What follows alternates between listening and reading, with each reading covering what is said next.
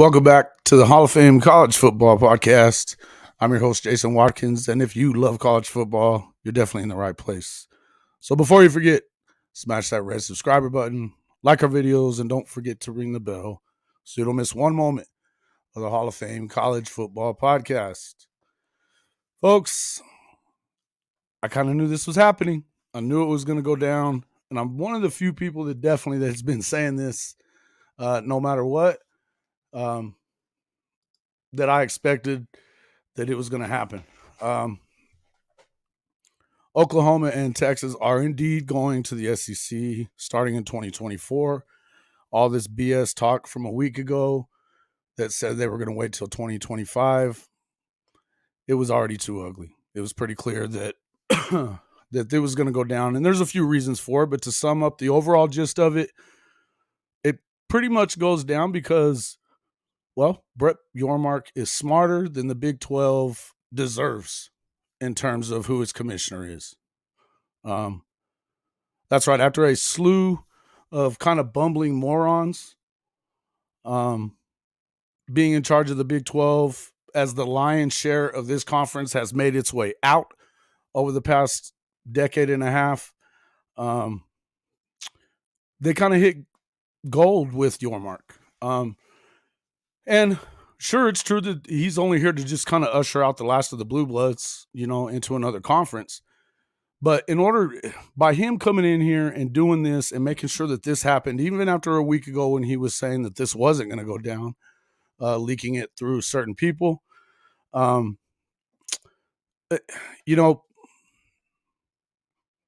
knew that in order to keep the Big 12 relevant the last of the relevancy is leaving in 2024. But if he wants to renew relevancy for this conference, he knew that it was time to get this problem out of the way and start on the next thing, which is beat George Kliavkoff and the Pac-12 to the punch in every way, shape, and form that he possibly could, starting with, I would shut down that SMU move right now if I'm Yormark. Get them out of the way. Go ahead and give them, they could start as early as 2024 if that's what they want to do. I would do that immediately. And the other thing is, you better get started on Coach Prime, the Colorado Buffaloes, Utah, and the 2 Arizona schools, because the other way to make this conference have any kind of relevancy moving forward is to make sure that you strengthen it as the best basketball conference in the country, which it has become over the last 4 to 5 seasons, and bringing in Arizona State, both of whom are top level programs at this point. There's just all there is to it. And I mean, as I said, when you start looking at what has happened in the past, when you've got guys like Bob Bowlsby that has just been asleep on the freaking job from day one, and then the people that preceded him as well, allowing everybody to get out of this conference that was ever a major part of it. This is the only way that it could happen. Once it became obvious that UT and Oklahoma were leaving, the only chance that you had was to go ahead and get them out. And you know what? He went ahead and tried to keep them happy, made sure that he got $100 million out of the Blue Bloods before they left. I'm guessing, and they haven't announced this yet, but you're probably looking at a couple of games, coming in, playing in these home stadiums for the Big 12. After the fact, you have my guess is when it comes to Texas, they have home series set up with Michigan and Ohio State in the future. They're probably going to have to trade at least one of those games to Fox in order to make them happy. Oklahoma could do the same thing probably, or the chances are they could have the first Red River game that was going to be Fox's anyway in 2024. They could go ahead and let them broadcast that as well. I don't know that that's what's going to happen, but my guess is there's something along those lines. When it comes to the 99-year deal, good luck. That's probably going to end up in court. At best, they'll probably do half of that. At more than likely, it'll be somewhere in the $30 million range to be paid somewhere down the line, whatever. Here's the bottom line when it comes to Brett Yormark. If he waited and allowed Oklahoma and Texas to stay through 2024 and leave after the grant of rights was over with, the conference gets nothing. They have no way of making their league members, the whiny eight, whole again. No way to do that anymore. So yeah, it's for the windfall. No, it's a windfall for Texas and Oklahoma. Anyway, let me finish and then we'll kind of get into what you guys are saying. So essentially, they were going to walk away, and the Big 12 is going to get nothing out of it. You know, no money to make the whiny eight happy, none. And good luck, as I said, with this whole 99-year deal. I think that there's a lot of holes that you can punch in that thing as to, some of the responsibilities of the conference itself, of which, as I said, Bob Bowlsby and those like him have done very little to improve this conference to the point that you would want to be here if you have an opportunity to go elsewhere. And make no mistake, all this stuff from the whiny eight, that I keep calling them that because they are that, good and well that if your school had an opportunity to go to the ACC or to the SEC, or the Big Ten, you'd be on the next flight out. Couldn't wait to do so. Absolutely, Oklahoma and Texas wins. Lone Wolf, absolutely they win. And I'll tell you why. Because, again, they're going to go, and as Corey said, my buddy on Twitter, he said an awful lot of times, you know what? Now you just get to go get those fat cash checks from being in the SEC, plus that recruiting bump that's going to come with it every year. And you don't have to worry about the relevancy moving forward either. As long as you were in this conference and you had these bumbling idiots running the conference, it was going to be this way. It was going to be this way. Period. Bottom line is that this had to happen, and Yormark knew it had to happen. He knew it did, because now he can focus on keeping and strengthening the Big 12. Because as of now, as I said, you just became a G5 conference. Now you can change that by making sure that you go get Colorado to come back, that you go get Utah to come back, and you have the holy war that goes on every year within the conference, that you go get those Arizona schools that, they may not be great at football at the moment, but they'll get better. Arizona State, in particular, has a really, really good team, a really good coach that's going to be coming together. And I know there's going to be they're talking about them being on probation and doing some stuff like that. The chances are none of that will hold because of the fact that the NCAA doesn't have any teeth. And so, what's going to end up happening is the Pac-12, it's like I said, well, when you look at it, this was the only way that the Big 12 staves off the inevitable fate of the Pac-12, which is now relegated to begging San Diego State to join the conference in hopes of trying to keep it alive in some way, shape, or form. Now, it isn't going to work. The Big Ten is soon going to try to make happy USC and UCLA. Guaranteed they're going to do that. Because there's no way that USC and UCLA are going to stay happy very long, only playing teams in the Midwest for their away games. Now, I would say, who cares about that? If you're us, you don't care, right? But there's a reason why they brought them two along. And if they are ever able to say to Notre Dame, hey, either join a league or miss out on this 12-team playoff, then you're going to see them come into the Big Ten more than likely as well. If that happens, you have to go and get Stanford, which will make you have to get Cal. And then obviously you're probably going to be looking at Oregon and Washington as well. And this makes it to where you don't have to make that many trips. It makes you a more nationwide conference, which is what the Big Ten was looking to do before it looked like everybody kind of pushed Kevin Warren to the side. Yeah.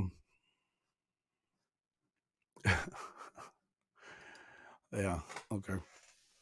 In any event, and that's another option there too with the Big 12. That I've heard some different thoughts about them possibly keeping some of their independence by kind of joining the Big 12 or playing a Big 12 slate and possibly having a chance to go for that conference championship, kind of the way they did with the ACC a few years ago during COVID. That's all. Everything is up in the air at this point. But what I'm going to tell you is that Klyavkov has started to move late. They're about 7 months away from starting a conference season without a television partner because they can't even get the amount of money that the Big 12 has gotten. And the Big 12 could theoretically even make this contract a lot better if they go and do what I just said and get those four corner schools. You get the Arizona schools, you get Utah, and you get Colorado. And you make the deal sweet for them like you have for these other schools. You just have to do it. The one person that obviously understands this, and it had to be an outsider, Brett Yormark. Being from the inside of this conference has done no good when it comes to this to the commissionership. Yeah, it would have been over with if they could have done this right after James. That's a great point. You know what? The Pac could have done this immediately after Oklahoma and Texas announced that they were going to the SEC, and they turned their nose up at it yet again. And it's funny to me. And what is it all over? It's all over the fact that they're Christian schools that are within the conference that they didn't want to take because they're that not believing God kind of folks out there in that conference. Look, that's an argument for somewhere else. We're not going to have it here. But the bottom line is simple to me. They shot themselves not in the foot, in the head when it came to this thing. They could have stepped on the Big 12's throat while Bob Bowlsby was still in charge, twisted, and moved along their merry way. And now they don't get to. Now, if you're SMU, yeah, you can make that move, but why would you? If all Yormark has to do is say, hey, you know that's not going to go down. Go ahead and join the Big 12. That's over with. All he has to do is go ahead and do the same. He could absolutely kill all their chances of anything happening and go secure San Diego State as well, which would be a nice football addition to the Big 12. It would be really a nice addition to the Big 12. And now you have a recruiting footprint within the state, and you further drive the nail in that coffin. When you get Utah, Colorado, which you cannot even really, I don't think it can be overstated, the Coach Prime factor in that.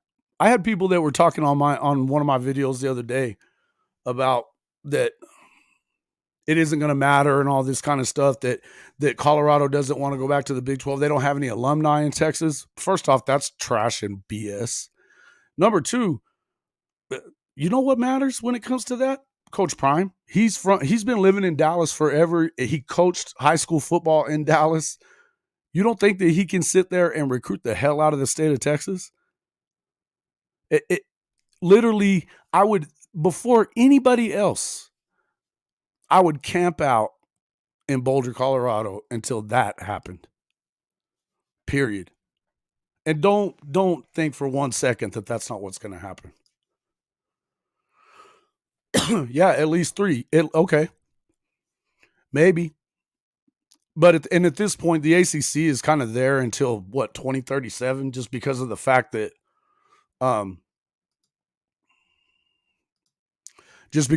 they have that long deal that with ESPN that's so punitive for anybody to get out of it.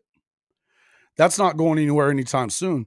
But if you don't want to be the one that's left out in the cold, because at the end of that deal, more than likely, if they make them stick that deal out until the end of the ACC and really kind of hurt their chances to remain, if you're Clemson and you don't really have a chance to remain relevant because of the fact that you have this stupid punitive deal with ESPN, and so you can't get out and you can't go to either the SEC or the Big Ten, which it would probably be the SEC.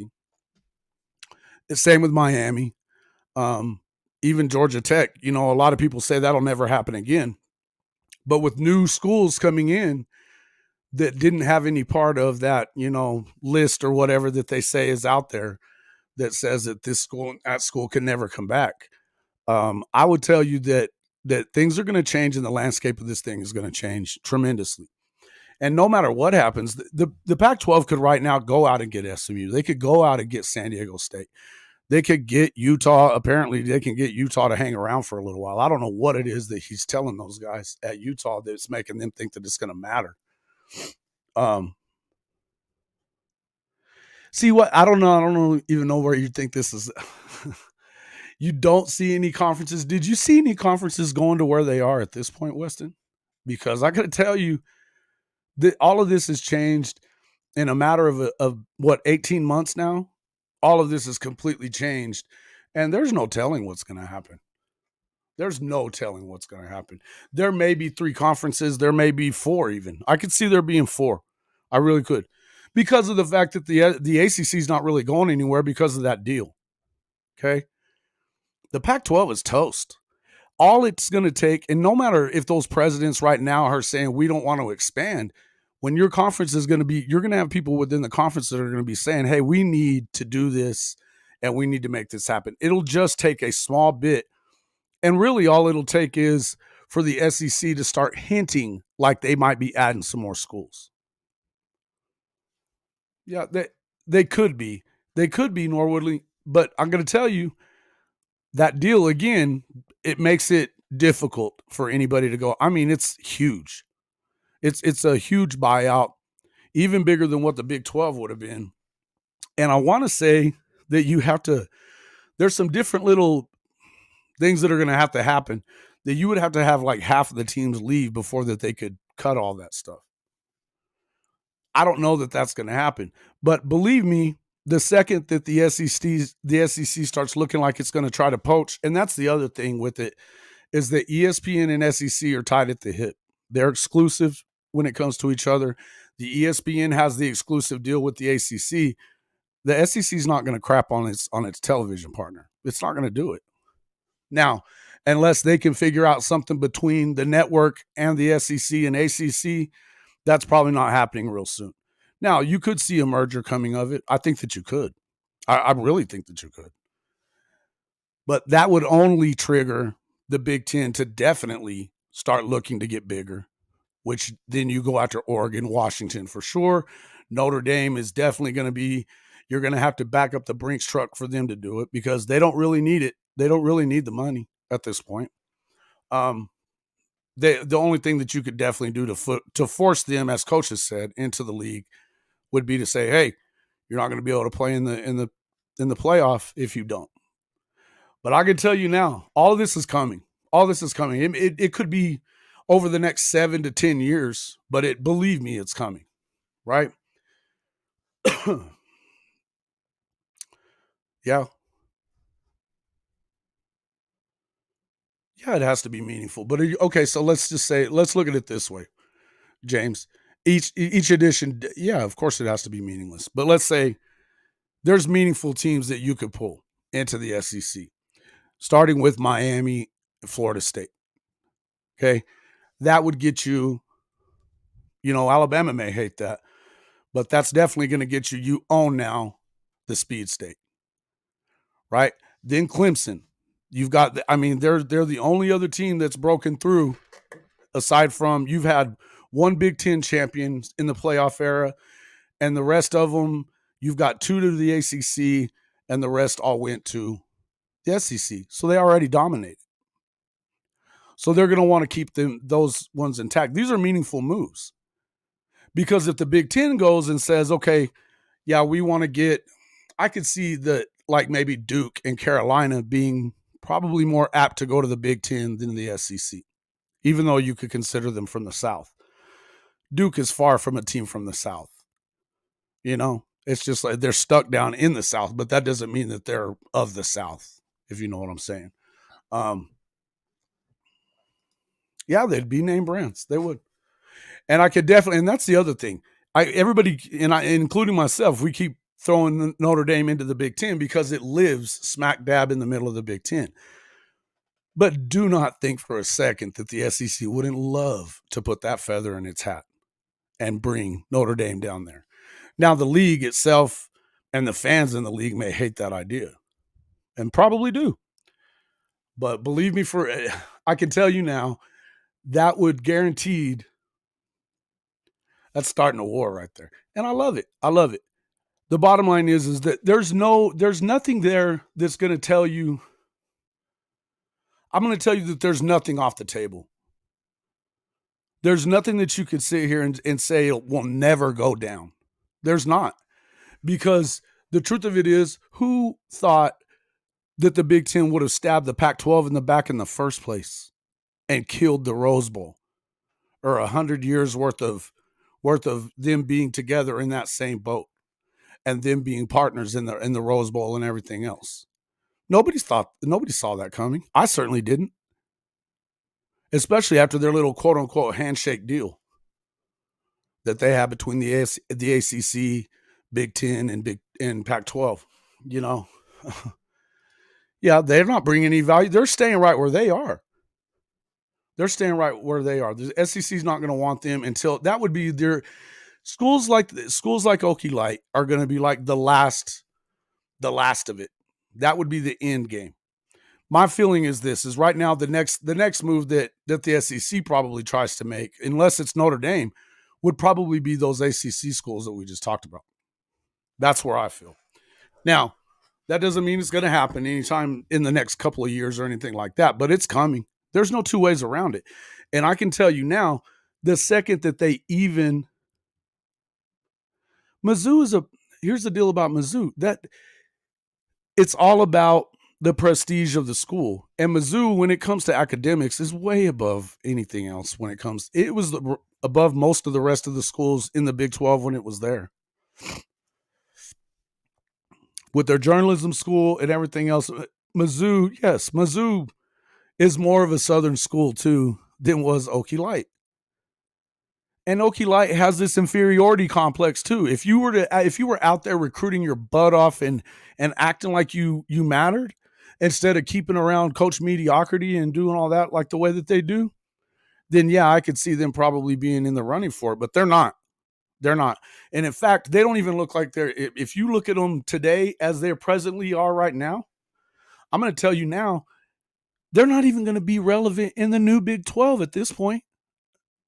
They're hemorrhaging players left and right. Replacing a at least serviceable quarterback that has put them on the verge of winning the Big 12 with Oklahoma and Texas in it. They lost him, and they're replacing him with a guy that's been trash at both other places he's been at Michigan and Texas Tech. Even Texas Tech didn't want this dude. So I'm just going to say, bottom line is, if you look at right now, the SEC is definitely done with the Big 12 at this point. I could see them at some point making a move for the rest of them, or possibly, depending on what happens with Colorado and Coach Prime, I could see that one kind of coming to fruition. But this is all down the line. I think that now that Oklahoma and Texas are secured, I think that the SEC is going to be, for the time being, probably okay with staying where it is. But until it can add, say, Florida State, Clemson, Miami, something of those lines, then you might see them try to add somebody else. But don't get it twisted. The Big 12 needs to make a move, because if it doesn't, you're still going to have to worry about the same thing that you've been worrying about for the last decade and a half, which is the next domino to fall. You better do the best you can to strengthen it. And when it comes to the Pac-12, they should have, the olive branch that Yormark threw out there to start with, they should have freaking grabbed that sucker. They should have grabbed that sucker and held on tight. Yeah. Well, and that's, I've been saying this for a while. The only thing that the Pac-12 has left at this point is to rebrand the entirety of the Mountain West Conference as the Pac-12. Because I'm telling you, it's not going to be long. You're going to end up with Oregon and Washington out. They're going to the Big Ten. They'll never come to the Big 12, so they don't even need to bother with that. They're going to the Big Ten next. If Notre Dame goes, it'll be under the stipulation that you bring in Stanford as well, which will come under the stipulation that you bring in Cal. So there's 4 more gone from your Pac-12. You don't even have a 6-pack left. You don't even got a 6-pack left, man. They're drinking all your beer. So if it's me, yeah. Let's see what you guys are talking about here. Well, I'll open this up to you guys a little bit. I know you guys have been talking a lot.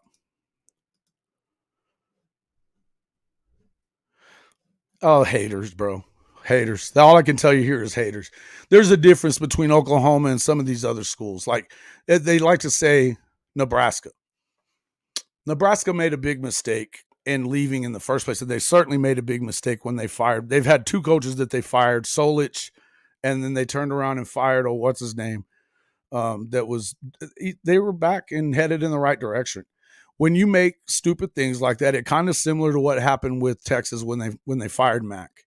You go through these string of coaches that aren't capable of doing it, and maybe Matt Rule is, but this is not the case when it comes to Oklahoma. You know, let's be truthful here. We don't know for sure 100% that Brent Venables is a complete head coach at this point. Now, I can tell you that recruiting wise, he absolutely is. If he goes and he puts together another top 5 recruiting class next year, which you should expect that they will, right? Unless they just completely fell on their face this year. You would expect that he's going to put together another top 5 class. And you've got a 5-star quarterback that is, you know, everybody, I mean, he was named Gatorade Player of the Year for high school. A lot of people think that he's going to come in and end up with the job by the end of the season, even if they're playing very well, that he's just that good. So we'll see, right?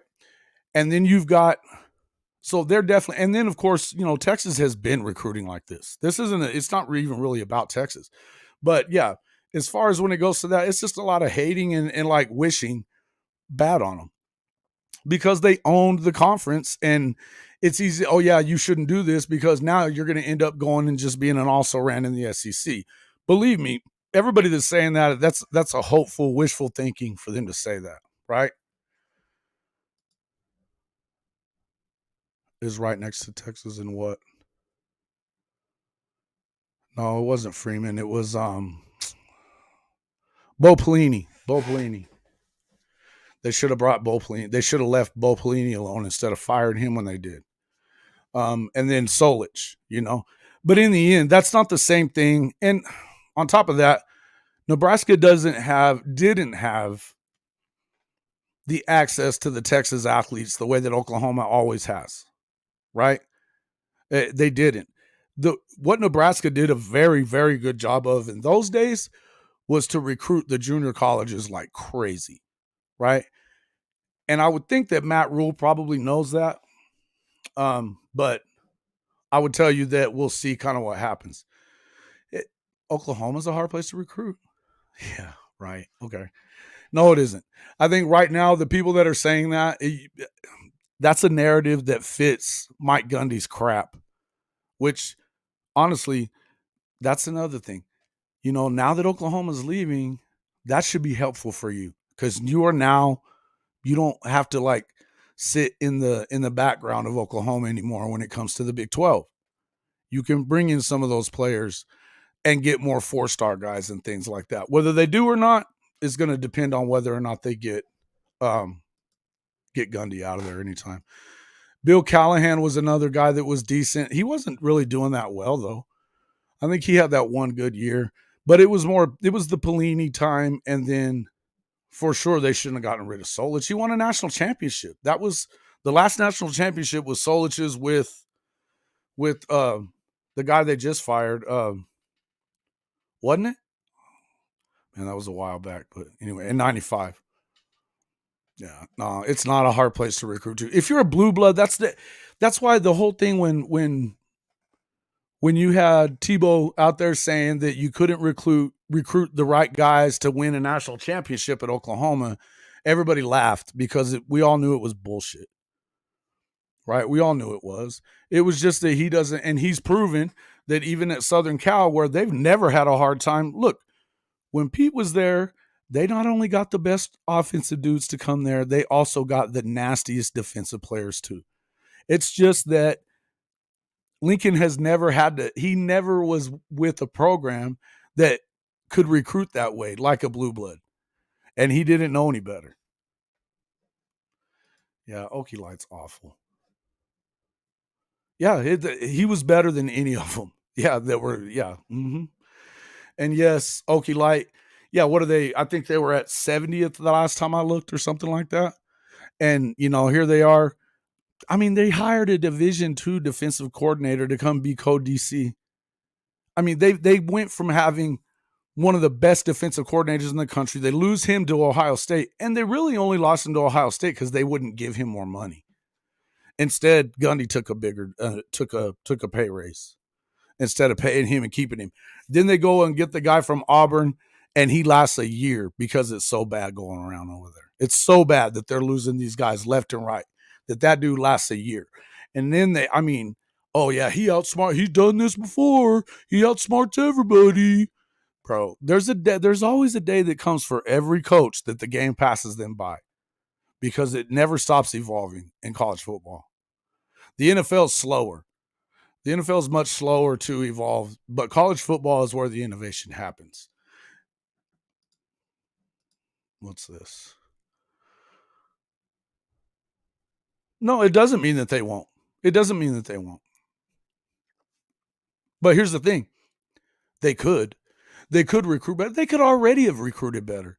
When you have the record that they have over the last 10 years, even though they're not winning things of importance, but they win a lot of games, right? When you have that, you should be able to capitalize on that.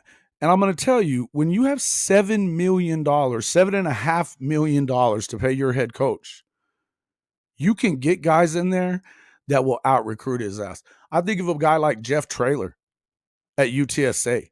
You going to tell me that guy isn't better? A guy like, there's plenty of dudes like this. What about the guy down at Tulane? You going to tell me that he can't do it? There's plenty of guys out there that would jump at the opportunity to have the facilities and the backing that Oklahoma State has. They do this to themselves. Period. Venables already owns Oklahoma recruiting. Already. Yeah, and that's good. But the bottom line is this: there's other places to get these guys. There's other places to get them. There's other ways to win. And again, but here's the deal. If you do go and get Colorado, you're probably screwed still.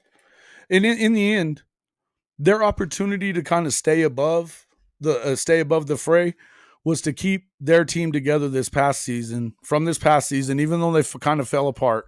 If they'd have kept them together for one more go around, right? One more go around, establishes themselves as one of the top teams in the Big 12, particularly when Texas and OU are gone, then they have a chance to be at the front of the recruiting line. Cody will tell you, the guy from Locked On Oklahoma State, he's a buddy of mine. But, I've told him, man, you're hoping and praying for this, but right now, it's not looking good for them. And it isn't. And it's because there are so many people that are so reluctant to even think about firing Gundy, which is crazy to me. Crazy to me. The guy's won 3 times against Oklahoma. 3 times. Yeah, he proven he can do more with less. Okay, yeah. But it doesn't stay that way. Nothing stays the same. Nothing stays the same. And because you proved that you could do more with less, you should have been able to do more with more, right? When recruits see that, man, he brings in guys, he finds those diamonds in the rough from the 3-star, I could go and work with this guy, Because if I come in there, then I'm going to bring some dudes with me. Talk about a quarterback, You go in and you get a guy that, like Spencer Sanders was what, wasn't he a 5-star? Coming out of high school? I mean, not that I think he's that good. But I'm telling you, when you get 1 or 2 guys like that, then you have the opportunity to get more. Okay? In the end, yeah. And I'm not just going to make this all about Okie Light. I don't care about Okie Light. I don't care if they ever win again. And I don't care if they ever fire Gundy either. I mean, as far as I'm concerned, they can keep him forever because I could care less. in any event, like, yes, I would have looked for some of these out of the box coaches, that some of these guys that are the up and comers, that you could have paid them $5 million and they would have out coached this guy and out recruited this guy, period. That's it. Yeah. Give him credit for pounding his head on the wall. Sure. Okay.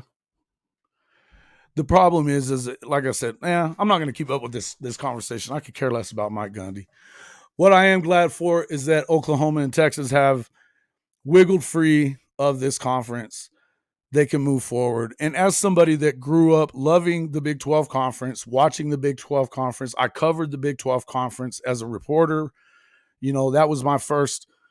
This is my love as a conference. I don't want to see them completely irrelevant. And so this was very smart of them to get this crap out of the way, because now and especially now that you have a commissioner that is capable of making moves happen and thinks in different ways than just these people that have come up through the university ranks or whatever, and now they're, think that it's their rightful places to be the commissioner. This guy's done bigger things than the Big 12. He can really get this done. Now, it's time for him to do it. If I'm him, now that you have this out of the way, you made everybody happy, go secure the rest of it, or else it doesn't matter. And I think that that's clearly what he was trying to do. I think that it's clearly why he made the choice to continue the negotiations, to keep everybody at the table. Because, again, he knew that if Oklahoma stays for 2024, then they watch them walk for nothing, or for whatever they can get out of the 99-year deal, which does not help the rest of the league. It's just for the league. So, I don't know, guys. You guys let me know what you think. I appreciate this many people jumping in here, man. I hope that you have enjoyed this one. Hey, if you haven't already hit the like button, we haven't been getting as many likes for the lives. So I know you guys are in there. Jump in there and hit the like button for me. Let us know how you feel about it. Continue to support to support our program, bringing you all this content week after week. We'd appreciate that. Podcast merch, as you can see there it's to the bottom right. You can always support the show with tips on Cash App, Venmo, or just hit the super chat heart. And then make sure you buy your Fanatics gear off of our link. You're going to save upwards of even up to 75%. As of today, there was a few things that were that's going to help. The SEC schedule, that's probably going to be out. I want to say that they usually get that done about midway through the season. But see, that's the other reason that they probably wanted that to go ahead and hurry up. I don't know when it's going to come out. I'm sure we'll start getting some information on some of this stuff as it goes. Right. No, this was about OU. I mean, everybody, look, if you're an Oklahoma fan, there's always, it kind of gets started at that. The bottom line, Robert, was that we were talking about what it needs to happen for this to happen and why did it go down? Because as of a week ago, it's Friday now, as of a week ago, everybody was saying that this was over with.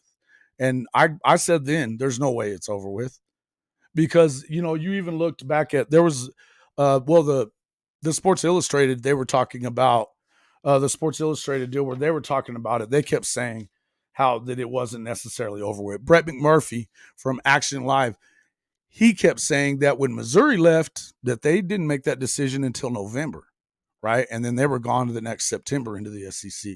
My thought is that it was always going to go down because of the fact that enough of everybody wanted this to happen, right? And again, Yormark knew if he lets them stay for the 2024 season, then they walk for free. You have to pay them to leave at that point. So even if you get half, you just wash it. And then, nobody's happy that they just got to walk out basically for free, right? And essentially that would have been what it was. Because they're at the minimum, it's going to get cut in half on that 99-year deal, leaving the 99-year deal. So if they get the $40 million, which is about what it boils down to in 2024, if they get that money, then, and you go half and half on the 99-year deal, it was an $80 million penalty, then it's a wash. Nobody makes anything extra. It just washes itself. Nobody was going to be happy with that. It was a good move by Yormark. It really was. Appreciate that, Roberto, appreciate that, buddy. I'm glad everybody's in here. Thanks for joining me so late, man. It was kind of Christian from the Lone Star podcast kind of threw me up there that I would probably be live. And I was like, oh, I wasn't really planning to be. But you know what? I had enough to say. I wanted to jump in here and talk to everybody for a few minutes anyway. Got 45 minutes of it. Let me know. We'll probably be talking about this over the next few, for a while now. And obviously this opens up a lot of new storylines and things like that. Let me know, what do you guys want to talk about moving forward? And we'll kind of go from there. But thanks a lot for joining me. And I will see you guys on the next one.